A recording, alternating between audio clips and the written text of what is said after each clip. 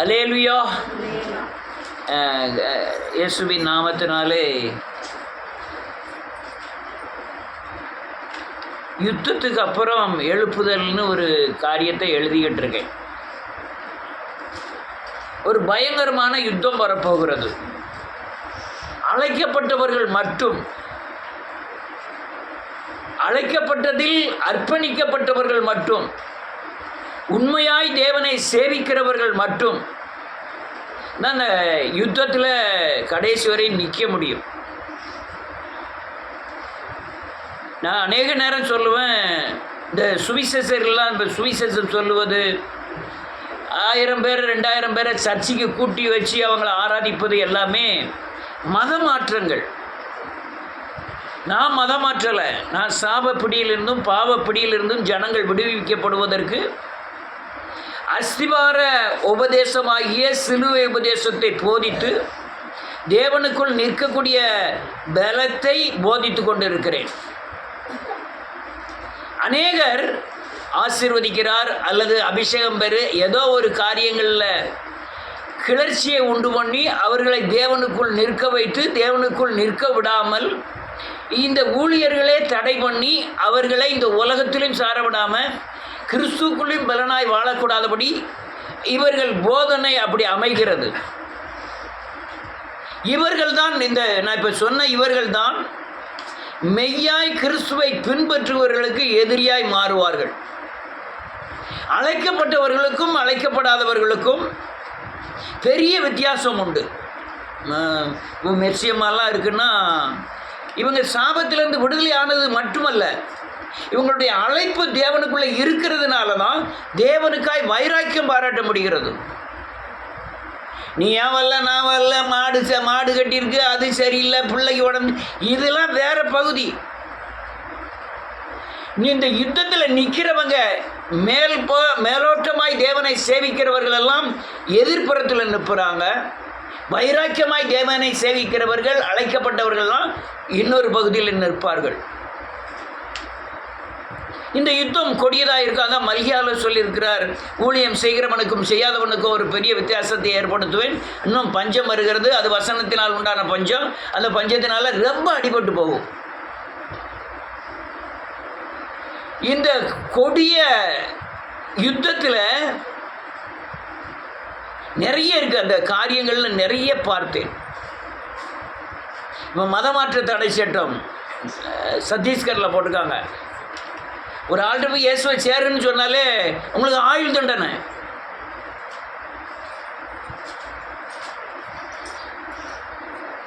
பயங்கர சட்டம். இந்த சட்டம் நல்லதா கெட்டதான்னா என்னுடைய கணிப்பில் இயேசுவை சொல்லணுமே தவிர ரட்சிப்பு கர்த்தருடையதாக இருக்கணும். தேவன் உனக்கு அதை செய்வார், ஆசீர்வதிப்பார், உன் நோயை குணமாக்குவார், பேயை குணமாக்குவார்னு சொல்லி அவனை கொண்டு வந்து தேவனுக்குள் உருவாக்காமல் இருந்தால் அது சரியான ஊழியம் அல்ல. நான் என் மேலே கரை இல்லாமல் பார்த்துக்கொள்வேன். எப்போதும் சொல்லுத சத்தியத்தை நீ கேட்கலையா கரெக்டாக சொல்லிட்டு போயிடுவேன். ஏன்னா என் மேலே வந்து அந்த தண்டனை என் மேலே விழாது. அது மாதிரி பணத்தை வச்சு பண முகஸ்துதி அந்த அலங்காரமான வார்த்தைகள் இதுக்கெல்லாம் மயங்கிறதே கிடையாது. அதனால தான் என்னுடைய வாழ்க்கையில் என் பிள்ளைகள் என் சந்ததி வழி தவறி போனாலும் அவர்கள் எப்படியும் கர்த்தர் ரட்சிப்பாருங்கிற விசுவாசம் எனக்கு தேவன் மேலே அதிகமாகவே உண்டு. இந்த பயங்கரமான சூழ்நிலை வரப்போகிறது. ஒன்று, கிறிஸ்துக்குள்ளே இப்படி சரியானபடி உருவாக்கப்படாத அழைப்பில்லாத உலகத்தை சார்ந்து தேவனை சேவிக்கிறவர்களுக்கும் அர்ப்பணித்து தேவனுக்காய் ஓடி இழந்து பிரயாசப்படுகிறவர்களுக்கும் ஊழியம் செய்கிறவனுக்கும் செய்யாதவனுக்கும் வசனத்தை கைகொள்கிறவனுக்கும் கைகொள்ளாதவனுக்கும் தேவனை சேவிக்கிறவனுக்கும் சேவிக்காதவனுக்கும் ஒரு பயங்கரமான யுத்தம் நடக்கப் போகிறது. அடுத்தது உலக மனுஷர்னாலே உண்டாகிற யுத்தம். அதான் ஒரு கல்லின் மேல் ஒரு கல் இராதபடி இடிக்கப்பட்டுக்கிற காலங்கள். இதெல்லாமே உலக மனுஷரால் வரக்கூடிய பயங்கரமான யுத்தம். புறஜாதிகளுடைய பாதம் அல்லலியா எருசலேமிலே மிதிக்கப்படும். அது அல்லையா யுத்தம் புறஜாதிகள்லாம். இந்த 2 பேரால் வரக்கூடிய யுத்தம் யாரை பாதிக்கும்னா அல்லையா சரியான கிறிஸ்துவை சேவிக்கிறவர்கள் தான் பாதிக்கும். அல்லேலூயா. இதை இப்போ நான் சொல்கிறது இன்னும் அநேக காரியங்கள் இருக்குது. அதெல்லாம் எழுதி நோட்டீஸ் அடிக்கணும்னு இருக்கேன், அடித்து எல்லாத்துக்கும் கொடுக்கணும்னு இருக்கேன். ஆண்டவர் மல்கியாவிலே சொல்லிட்டாரு, ஏசாயாவிலே சொல்லிட்டாரு. அல்லேலூயா. பயங்கரமான யுத்தம் ஒன்று வருது. நீதிமொழிகளில் எழுதுறாரு, குதிரை யுத்த நாளுக்கு ஆயத்தம் பண்ணப்படும், ஜெயமோ கர்த்தரால் வரும். நம்மெல்லாம் யுத்த நாளில் ஆயத்தமாகிக்கிட்டு இருக்கோம். எழுப்புதலேருந்து அங்கே ஓடி இங்கே ஓடி, அங்கே பிரயாசப்பட்டு அங்கே பிரயாசப்பட்டு, அங்கே நஷ்டப்பட்டு இங்கே நஷ்டப்பட்டு, இது எல்லாமே வருகிற யுத்தத்துக்கு விசுவாசத்தில் நீங்கள் பிசாசை ஜெயிச்சு நிற்பதற்காக. இந்த பிலிப்பியரில் ஒரு வசனத்தை வாசித்தேன், சந்தோஷமார்கள் என்று. அவன் எங்கே இருந்து எழுதுறான் தெரியுமா? சிறைச்சாலையில இருந்து. எங்க இருந்து? அது எப்படி எழுத முடியுது?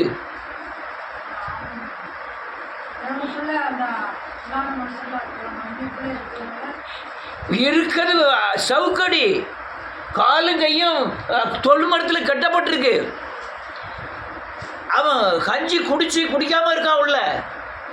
எல்லாரும் என்னை கைவிட்டார்கள்னா, எல்லாரும் என்னை விட்டு ஓடிட்டாங்க அப்படின்னா, ஆசியா கண்டத்தில் நான் தனிமையாக விடப்பட்டேன்னு எழுதியிருக்கான். விட்ட பவுல் பிலிப்பியர் சபைக்கு எழுதுகிறான், நீ சந்தோஷமாக இருங்கென்று மறுபடி சொல்லுகிறேன். அல்லேலூயா. இந்த காரியம்தான் எழுப்புதலில் நடக்கக்கூடிய காரியங்கள். நெருக்கம் உங்களுக்கு நெருக்கமாய் தெரியாது.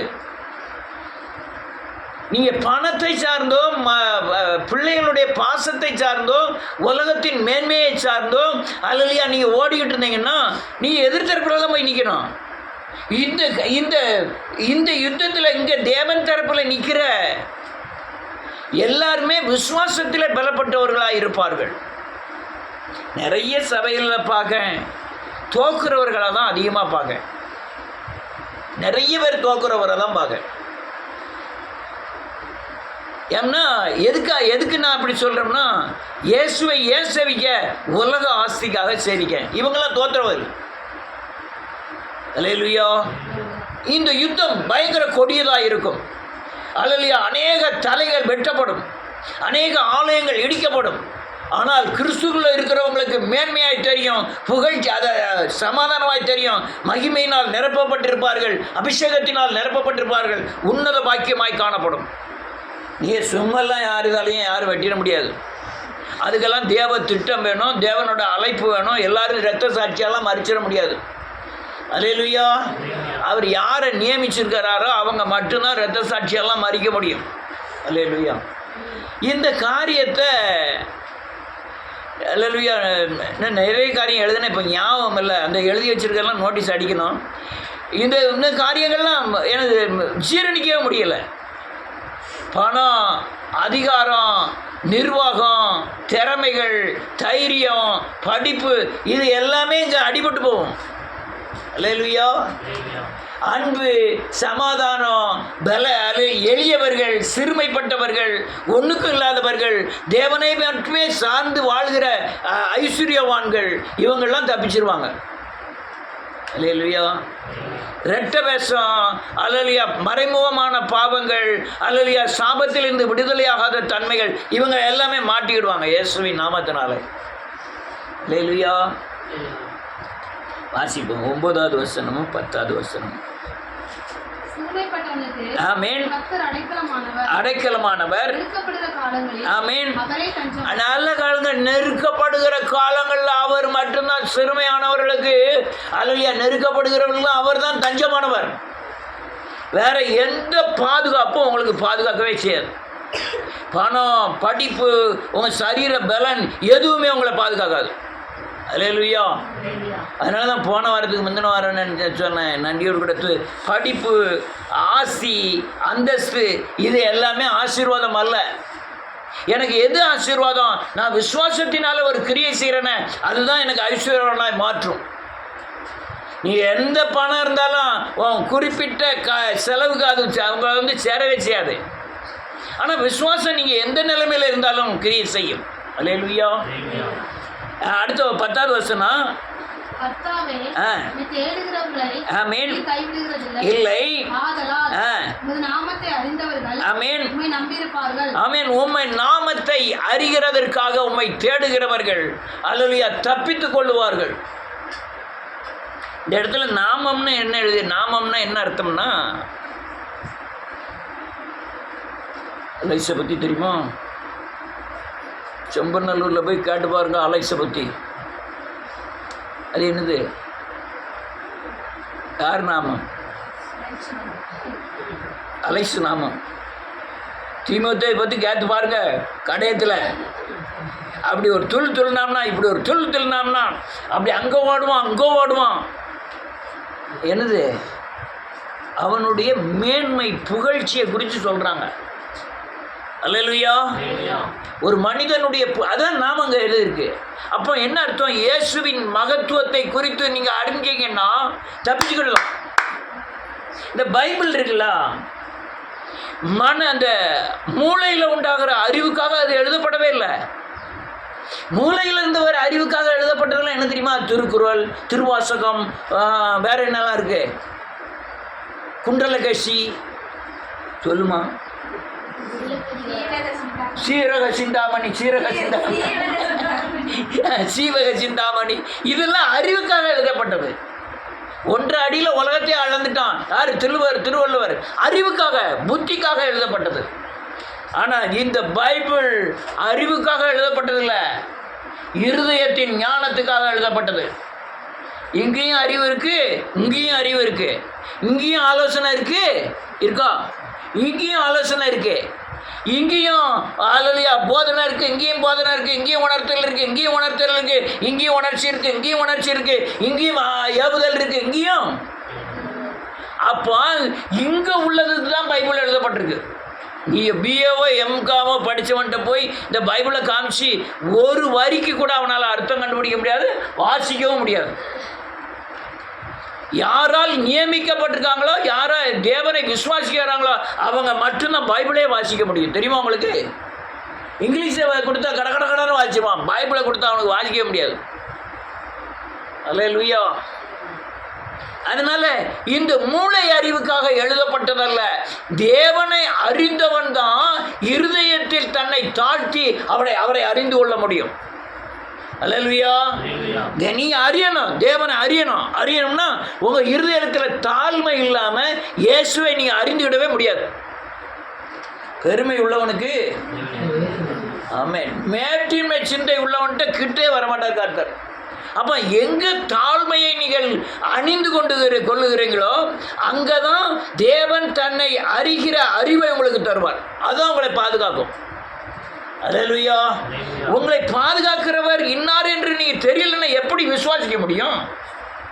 கேள்விப்படாட்டா நீங்கள் எப்படி விசுவாசிக்க முடியும்? போதிக்காரன நீங்கள் எப்படி கேள்விப்படுவீங்க? ஆமென். இதெல்லாம் நீங்கள் போதிச்சு நீங்கள் கேள்விப்பட்டு இயேசு இன்னார் என்று அறியணும். அல்லேலூயா. தேவனை அறிகிறது தான் அறிவு. அல்லேலூயா. ஆனால் அவர் நம்மளை நல்லா அறிஞ்சு வச்சிருக்கிறார். ஆமென்.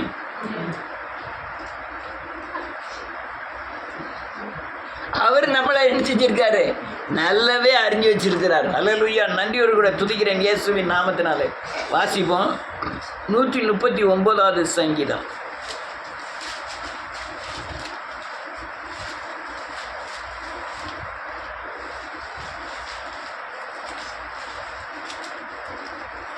ஒன்றிலிருந்து வாசிக்கலாம்.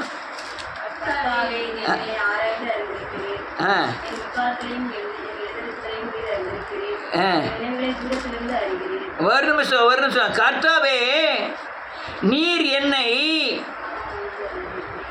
எப்படி அறிந்திருக்காரோ? ஆராய்ந்துன்னு உள்ள ஒரு வார்த்தையை சேர்க்காரு. என்ன ஆராய்ந்து? டெஸ்ட் டியூப்பில் போட்டு உங்களை அல்லேலூயா டெஸ்ட் பண்ணி ஆராய்ந்து அறிந்திருக்கிறார். உன் குணம் என்ன, உன்னுடைய பின்வாங்குதல் என்ன, விசுவாசம் என்ன, பரிசுத்தம் என்ன, அசுத்தம் என்ன, எல்லாவற்றையும் அவர் என்ன செஞ்சிருக்கிறாரா? சோதிச்சு அறிந்திருக்கிறார். அடுத்தல என்ன அறிஞ்சிருக்கிறாராம்? 2வது வசனம், என் உட்கார்தலையும் எழுந்திருத்தலையும் அறிந்திருக்கிறீர். என் நினைவை கூட எங்க இருந்து அறிகிறாராம்? தூரத்தில் அறிந்திருக்காரு. உட்கார்ந்தே அறிந்திருக்காரு, எந்திருக்கிறதுல அறிந்திருக்கிறார். 10 வருஷம் கழிச்சு என்ன நடக்க போகுதுன்னு அறிஞ்சிருக்கிறார். அல்லேலூயா. எத்தனை கிளாஸ் படித்து முடிச்சு கலெக்டர் ஆக போறியா, டாக்டர் ஆக போறியாங்கிறத தேவன் என்ன செஞ்சிருக்கிறாரு? அறிந்திருக்கிறார். அல்லேலூயா. எல்லாம் 3வது வேதம் என்ன சொல்லுதுன்னா, நடந்தாலும் படுத்தாலும் என்ன செஞ்சிட்டு இருக்காராம்? சூழ்ந்தே நிற்கிறார், நமக்கு சுற்றி இருக்கிறார். அல்லேலூயா. உங்களுக்கு நடக்கிற தீமைகள் யாவும் நம்மால் தான் நடக்குது, தேவனால் நடக்கல. அவர் தீமை செய்கிறவர் அல்ல, அவற்றை கொஞ்சமேனும் இருள் இல்லை, அநீதி உள்ள தேவனும் அல்ல.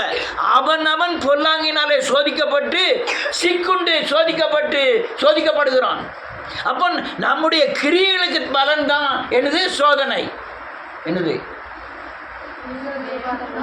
சோதனை.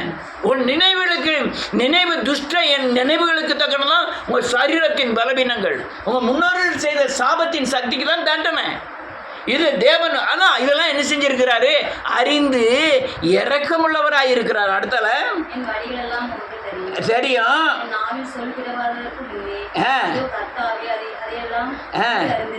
வேதம் சொல்லுது, அவர் நம்ம வழிகள்லாம் கர்த்தர் அறிவார். எங்கே போகிறேன் எங்கே வாரேன் என்ன எல்லாம் அறிவார். மாற்றிக்கிட்டு போயிருக்கியா? நாங்கள் போயிட்டு வரோம்னு சொல்லிட்டு வேற எங்கேயாவது போயிட்டு வந்திருக்கியா? அப்படிலாம் போனது கிடையாது. ஆனால் அப்படி போனாலும் அவர் அறிவார். வேதம் சொல்லுது, நல்ல அழகான வார்த்தைகள். அல்லேலூயா. நன்றியோடு கூட இதோ என் வாயிலிருந்து நாவில் சொல் பிறவாவதற்கு முன்னே இதோ கர்த்தாவே அதையெல்லாம் நீர் என்ன செஞ்சிருக்கிறீர்? அறிந்திருக்கிறீர். இதெல்லாம் யாரால நிர்ணயிக்க முடியும்? நாவில் சொல்லுவது எங்கிருந்து வருது சொல்லுங்க பார்ப்போம். உங்களுக்கு இருதயத்தில் யோசனை பண்ணுதான், டக்குன்னு எங்க வந்துருது? வாய்க்கு வந்துடுது. அப்போ வாய் தளவில்லான்னு செஞ்சுட்டேன். அப்போ சிந்தனைக்கு முந்தி அவர் என்ன செஞ்சிருக்கிறாரு? நான் எதை சிந்திக்கிறதுனோ அதுக்கு முந்தி அவர் அறிந்திருக்கிறார். அதுக்கு அர்த்தம் அதான், நாவில் சொல் பிறவாவதற்கு முன்னே என்ன சொல்ல போகிறான் என்பதை அறிந்திருக்கிறார். சொல் பிறப்பது இருதயத்தின் ஆழத்தில், அந்த ஆழத்தில் சொல் உருவாவதற்கு முன்னே என்ன பேச போறான்னு அறிந்திருக்கிறார். அல்லேலூயா. அடுத்தல ஆமீன். ஆமீன். வேதம் சொல்லுது, முன்னாலையும் பின்னாலையும் உம்முடைய கரத்தை நெருக்கி என் மேலே வைத்து கொண்டிருக்கிறீர். ஆச்சரியமோ இந்த மேலே சொன்ன சுற்றில நெருக்கி நிற்கிறீர், போக்கி மறந்திருக்கிறீர், உட்கார்தலையும் அறிந்திருக்கிறீர், வரத்தையும் அறிந்திருக்கிறீர், நாவில சொல் பிறவாதற்கு இந்த அறிவு இருக்குல்ல, இதெல்லாம் பயங்கரமான ஆழமா இருக்கு. எனக்கு ஒண்ணுமே புரிய மாட்டேங்குது. இந்த அறிவு அல்லது இப்பேற்பட்ட தெய்வமாங்கிறது எனக்கு புரியல. ஆனால் அவர் என்னை அறிந்திருக்கிறார், நான் அவரை எப்படி அறிந்திருக்கிறேன், அதான் முக்கியம். இல்லையோ? எப்படி அறிஞ்சிருக்கோம்? ஐயோ பவன் சிலுவையில் அறையப்பட்டுட்டார். இல்லையோ? நம்முடைய நினைப்பா தானே, ஐயோ பாவம் எனக்காக அவர் என்ன செஞ்சிட்டார்? அடிக்கப்பட்டார். அவர் சர்வ வல்லமை உள்ள தேவன். வார்த்தையினால என்ன உண்டாக்கினாரா? சர்வத்தையும் உண்டாக்கினார். வானம் உண்டாக கடவுது, வானம் உண்டாயிற்று. பூமி உண்டாக கடவுது, பூமி உண்டாயிற்று. சமுத்திரம் உண்டாக கடவுது, எல்லாம் உண்டாயிற்று. சூரியன் உண்டாக எல்லாம் உண்டாயிற்று. அந்த சர்வ வல்லமை உள்ள தேவனை நான் எப்படி அறிந்திருக்கிறேனோ அதுதான் என் பாதுகாப்பு. ஆமீன். அதுதான் என்னது? பாதுகாப்பு. நீ தேவனை என்ன அறிந்திருக்கிறா அதுதான் உங்க ஞானம். தேவனை அறிந்திருக்கிறது தான் உங்களுடைய பலனே அதில் தான் இருக்கு. அல்லேலூயா. அவர் நம்மளை அறிந்திருக்கார். அவன் பவுல் அழகா சொன்னான், நான் விசுவாசிக்கிறவர் இன்னார் என்று. நான் என்னை நான் விசுவாசிக்க என்னாருன்னு எனக்கு தெரியும். உங்களுக்கு தெரியுமா?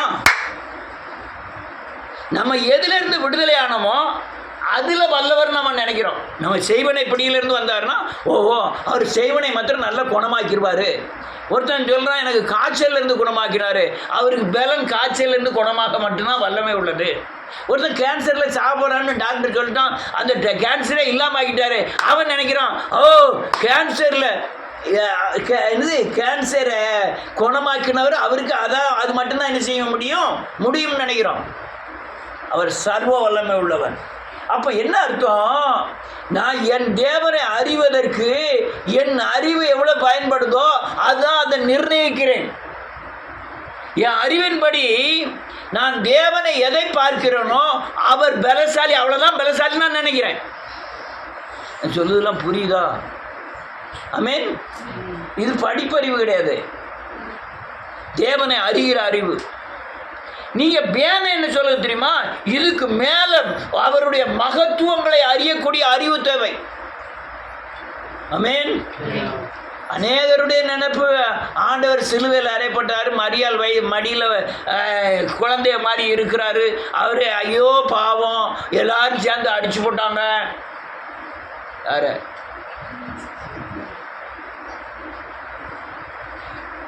யார? கடவுளை. ஐயோ பாவம் பிலாத்து ஒப்பு கொடுத்துட்டானாக்கும், அவங்க சிலுவையில் அப்படியே கையை வச்சு அடிச்சுட்டாங்களாக்கும். அப்படியா? நான் ஒரு கேள்வி கேட்க. இயேசு கல்லறையில் வைத்தார்கள். ஆமென். கல்லறையில் ஒரு தூதன் அல்லையா அடைத்திருந்த கல்லை எடுத்து போட்டான். எடுத்து போட்ட உடனே இயேசு உள்ளே போனாரா? இயேசு வெளியே வந்தாரா? எடுத்து போட்ட உடனே மரியாள் உள்ளே போனாலாம்.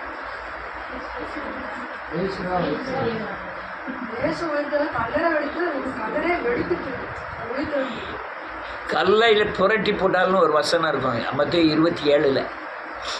தேவ தூதன் அதன் மேல் அமர்ந்திருந்தார்.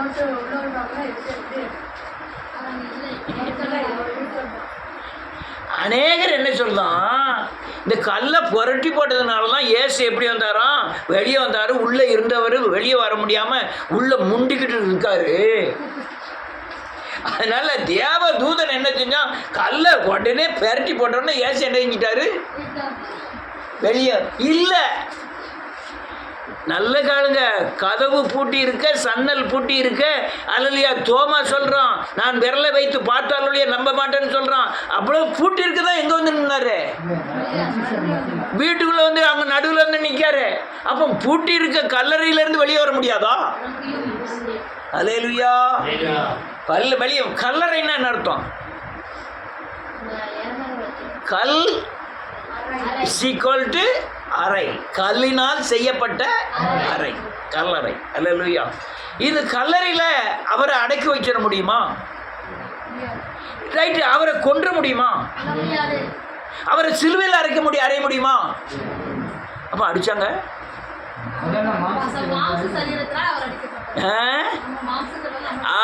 நம்ம மாமிச சரீரத்தில் நம்முடைய பாவங்களை சுமந்து தீர்க்கும்படியாய் அவர் அடிக்கப்பட்டார். அவரெல்லாம் யாரும் அன்னிச்ச முடியாது, அடிக்க முடியாது. ஏன்னா நாவில் அது வார்த்தைகள் சொல் பிறவாதற்கு முன்னே என்ன பேச போறான்னு என்ன செஞ்சிருக்கிறார்? அறிந்திருக்கிறோம். அப்ப ஏன் அடிபட்டாரு? ஏன் சிலுவையில் அடிபட்டாரு? ஏன் சவுக்கால் அடிபட்டாரு? இது பலியாகணும். நான் என்ன செய்யணும்? யாருக்காக பலியாகணும்? நாங்கள் தட்டிட்டு போயிடலாம். நீ தேவனுடைய குமாரனே ஆனால் சிலுவை விட்டு என்ன செஞ்சிடும்? இறங்கி வந்துட்டு தூர போயிருக்கலாம். தூர போனா என்னையும் உங்களை என்ன செய்ய முடியாது? மீட்க முடியாது. அவர் பலியாகியே வேண்டும், பலியாகியே தீரணும். அவர் கையை கொடுத்துதான், ஆணி அடிக்க கையை கொடுத்துதான் என்ன செய்யணும்? ஆகணும். சவுக்கடி பட்டுதான். யாருக்காக? ஆனால் அவர் 100% தேவனாகவும் இருந்தார், 100% மனிதனாகவும் இருந்தார். அவர் காயப்பட்டது மனிதனுக்காக, உயிர் தெழுந்தது அல்லேலூயா நமக்காக தான். தேவனுடைய வல்லமையினால் அவர் என்ன செய்தார்? உயிர் தெழுந்தார். அல்லேலூயா. இந்த மகத்துவங்களை, சிலுவையின் மகத்துவங்களை நீங்க புரிஞ்சுக்கிட்டீங்கனாலே நீங்க தேவனை நம்ப ஆரம்பிப்பீர்கள். அல்லேலூயா. உங்களுடைய நம்பிக்கை தான் இந்த பூமியில வெற்றியுள்ள வாழ்க்கை. சொல்லுங்க, தேவனை அறிகிறது தான் நம்பிக்கை. சொல்லுங்க, அந்த நம்பிக்கை தான் உலகத்தில் வெற்றி உள்ள வாழ்க்கை. நீ பிசாசை ஜெயிக்கணும்னா என்ன செய்யணும்? தேவனுடைய மகத்துவங்களை அறிந்திருக்கணும். அப்பதான் அவர் என்ன செய்ய முடியும்? நம்ப முடியும். நீ நம்ப, ஐயோ பாவர் சிலுவையில் அறையப்பட்டுட்டாரு, எப்படி நம்புவீங்க? அவர் எனக்காக அடிக்கப்பட்டார், அவர் உயிர் தெழுந்தார். கல்லறை அவரை என்ன செய்ய முடியல, அடக்கி வைக்க முடியல. அப்படின்னு அவர் மகத்துவங்களை உணர்ந்தாதான் அவரை விசுவாசிச்சு நீங்க அநேக காரியங்கள்ல அவரை நம்பி விடுதலையாக முடியும். ஆமென். அதான் பவுல் அழகா சொன்னான், அல்லேலூயா, நான் விசுவாசிக்கிறவர் இன்னார் என்று அறிவேன். முதல்ல இருந்து கடைசி வரை நான் அறிவேன். நல்ல தெளிவா புரிஞ்சுக்கணுங்க. எவ்வளவு தூரம் நீ இயேசு கிறிஸ்துவை குறித்து அறிகிறீங்களோ அதுதான் விடுதலை. இயேசு கிறிஸ்துவை குறித்து எவ்வளவு அறிகிறீங்களோ அதுதான் அறிவு. இயேசு கிறிஸ்துவை குறித்து எவ்வளவு அறிகிறீங்களோ அதுதான் பிசாசின் இடத்திலிருந்து உங்களுக்கு பாதுகாப்பு. இயேசுவை குறித்து எவ்வளவு அறிகிறீங்களோ அதுதான் நீங்கள் உங்களை பலப்படுத்துகிற விசுவாசத்தின் ஆயுதம். அல்லேலூயா. நான் புளியம்பட்டி கோயிலுக்கு போனேன். ஒரு ஆள் சொல்லிட்டோம், அங்கே போகிறவங்களாம் ரொம்ப கதையெல்லாம் விடுவாங்க. மரியாள் கண்ணுலேருந்து கண்ணீர் வருதுன்ட்டான். நீ என்ன செய்யணும்? அந்த பிள்ளை வச்சுக்கிட்டு மரியாள் நிற்கும் ஒரு சிலை. இந்த பிள்ளையும் பார்க்கணும், அந்த கண்ணீரையும் பார்க்கணும். அப்போ தான் அந்த கண்ணீர் தெரியும்ட்டான். கண்ணை மூடுனா அது தெரியாது அப்படின்ட்டான். அடப்பா என்ன இப்படி சொல்லிட்டா, நம்ம கண்ணீரை கண்டிப்பாக பார்த்து ஆகணுமே அப்படின்ட்டு முன்னே போய் நெடுமணங்களில் தான் நிற்கணும்ட்டான். கண்ணை மூடப்படாதுங்க. நீ அந்த மரியாள் கண்ணையும் பார்க்கணும், இந்த ஏசுனார் சிலை, சின்ன சிலை இருக்கும், பாப்பா சிலை, அது அந்த முகத்தையும் பார்த்துக்கிட்டே இருக்கணும். கரெக்டாக அந்த மரியா வாய் வந்து சிரிக்கிற மாதிரி மாறினோன்னு அப்படியே கண்ணீர் வரும், நீங்கள் அதை பார்க்கணும் அப்படின்ட்டான்.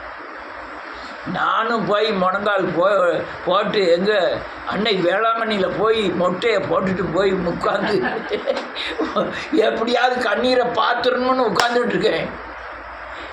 அங்கே கொஞ்ச நேரம் கழிச்சு ஒன்றுமே தெரியல. உடனே நான் என்ன நினச்சேன், ஓஹோ நான் கண்ணை லேசாக மூடி முடிச்சிட்டேன் போல் இருக்கு, அதனால ஒன்றும் தெரியல. கதை எப்படி இருக்கு? ஐயா, கண்ணீரவே பார்த்துட்டேனாலும் உங்களுக்கு என்ன கிடைக்க போகுது? எனக்கு கண்ணீர் முக்கியம் இல்லை.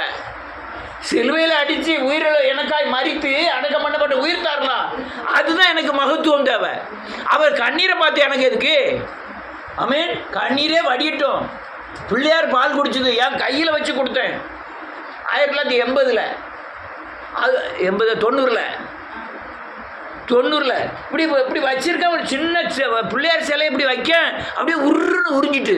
நீ பார்த்துருக்கீங்களா? நான் பார்த்தேன். இப்போ பெரிய பெரிய பிள்ளையார் கோயிலெல்லாம் பெரிய ட்ரம் கணக்கில் பாலை வச்சுக்கிட்டு ஒவ்வொருத்தரும் துதிக்கையில் கொண்டு போய் வைக்கானுமோ அப்படி சுருன்னு உரியுது பால். அது எனக்கு எதுக்கு? அழகா ஒருத்தன் வந்து சொன்னான், ஏன் பாலை பூரா வம்பாக்கிட்டு இருக்கே, அது துதிக்கையிலேருந்து பால் உழட்டுமே. நம்ம போய் மாட்டை கறந்துக்கிட்டு இருக்கணும், ஆளுக்கு வீட்டில் வந்து ஒரு சிலையை வச்சுக்கிட்டு பாலை மாத்திரம் வாங்கி விற்கணும். எல்லார் வீட்லேயும் பிள்ளையார் வாங்கி அவங்கவுங்க பால் குடிக்கலாம்ல, அது ஏன் குடிக்க அப்படின்னா. அதே மாதிரி கண்ணீர் ஏன் வடியுது? கண்ணீர் வடிஞ்சா என்ன கேட்குது? ஏசுநாதர் கண்ணை சிமிட்டுவார்னு சொல்லிட்டான் சிலுவையில் இருந்த ஏசு. நானும் பார்க்க ஒரு காலமும் சிமிட்டை காணல.